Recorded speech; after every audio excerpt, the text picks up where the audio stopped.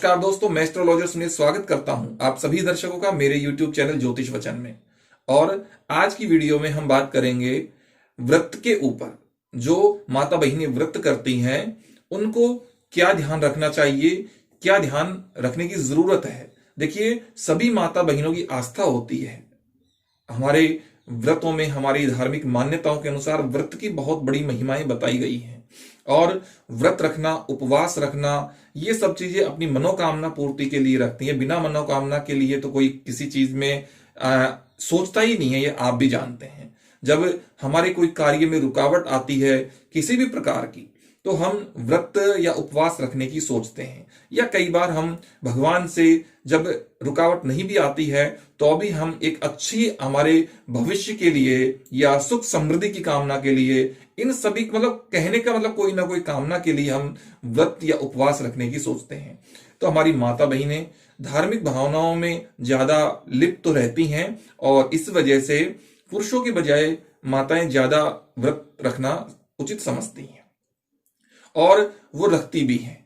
तो व्रत जब रखती हैं तो कई बार ये ऐसा होता है कि हाँ, बिल्कुल सही बात है कि व्रत के बारे में कई बार जो भी ज्योतिषी या पंडित जी, जो भी उनके फैमिली पंडित या जो भी होते हैं, उनसे बातचीत करती हैं या पूछती हैं या उनके आदेश अनुसार बात करती हैं। उनके आदेश के अनुसार वो व्रत करती हैं, जैसा वो सजेस्ट करते हैं वो व्रत करती हैं। लेकिन बस सिर्फ सजेस्ट ये करते हैं कि हाँ जी, व्रत करना है, ठीक है, कभी भी कर लो, आपको ये व्रत करना है, बस इतना ही सजेस्ट करते हैं कि आप बृहस्पतिवार का व्रत करो या आप एकादशी का व्रत करो या पूर्णिमा का व्रत करो या जो भी व्रत करो, इतना ही सजेस्ट करते हैं। ज्यादा से ज्यादा बोलते हैं कि शुक्ल पक्ष से आप प्रारंभ कर लेना। लेकिन दरअसल यह है कि जब हम कई बार व्रत करती हैं माताएं, तो कई बार कहती हैं कि मैंने बहुत व्रत कर लिए लेकिन मुझे ऐसा कुछ नहीं फायदा हुआ। सर, मैंने इस काम के लिए बहुत व्रत किए, बहुत अनुष्ठान किए, बहुत व्रत किए।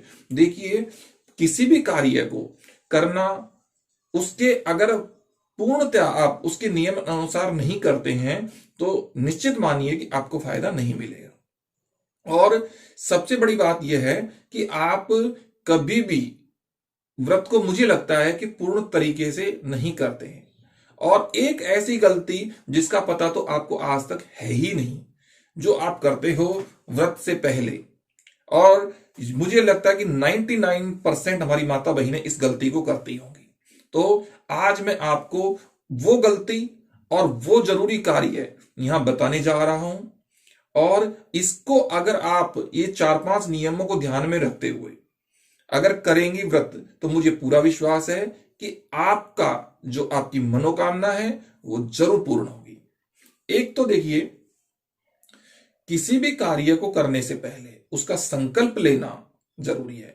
कोई भी धार्मिक कार्य आप करें, कोई भी पूजा करें, कोई भी अनुष्ठान करें, तो उसका संकल्प लेना बहुत जरूरी है। सबसे पहली बात यह है कि व्रत के लिए आपको, आप पंडित जियों से पूछती हैं, वो बात सही है, आप वो सजेस्ट कर देते कि कौन सा व्रत करना है। लेकिन वो व्रत करना आपको या नहीं करना, इसके लिए महिला को अपने पति से आज्ञा लेना बहुत जरूरी है। क्योंकि बिना पति की आज्ञा के बिना किसी भी प्रकार का व्रत आपको कभी भी फायदा नहीं देगा, कभी भी आपके लिए वो लाभकारी सिद्ध नहीं होगा। आप अपने पति से पूछें एक बार कि मैं स्वामी ये व्रत करना चाहती हूं और क्या मैं ये व्रत कर सकती हूं, अगर आपकी आज्ञा हो तो आप मुझे आज्ञा दीजिए, मैं ये व्रत कर लूं। अगर पति मना करें तो आप व्रत नहीं कर सकती हैं।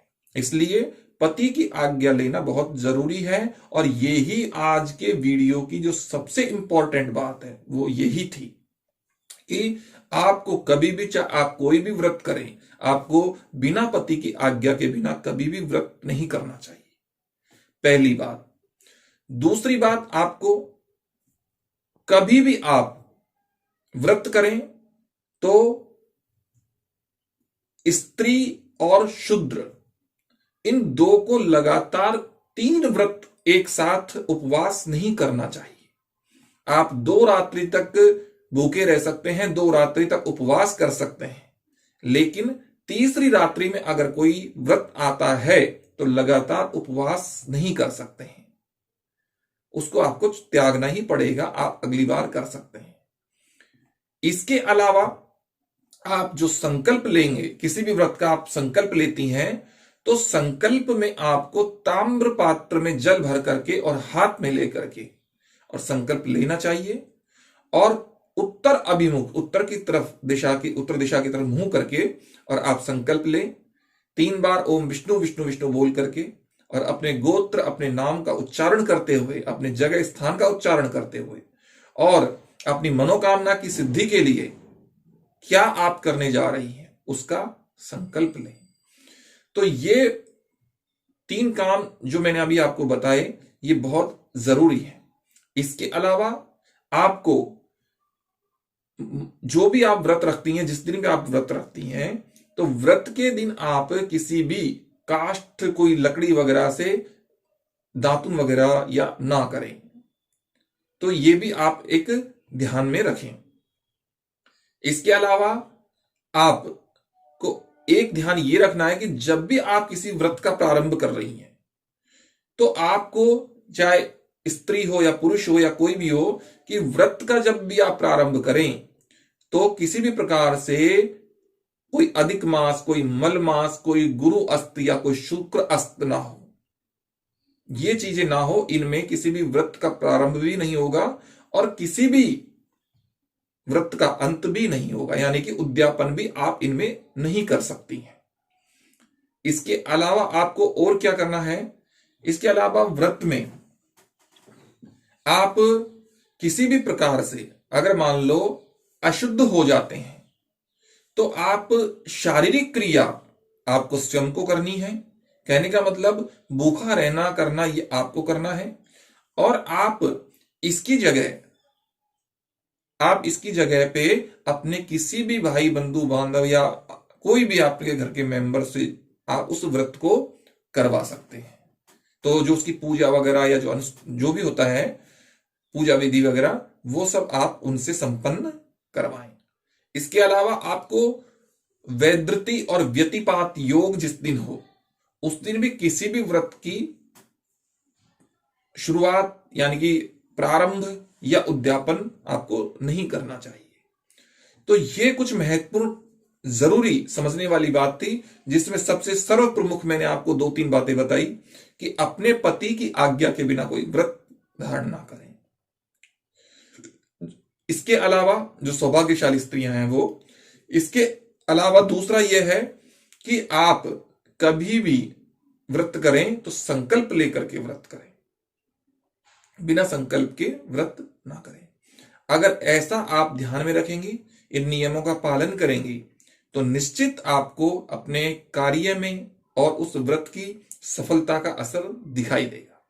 तो आज की वीडियो में बस इतना ही, फिर मिलेंगे एक नई वीडियो के साथ में। तब तक के लिए नमस्कार।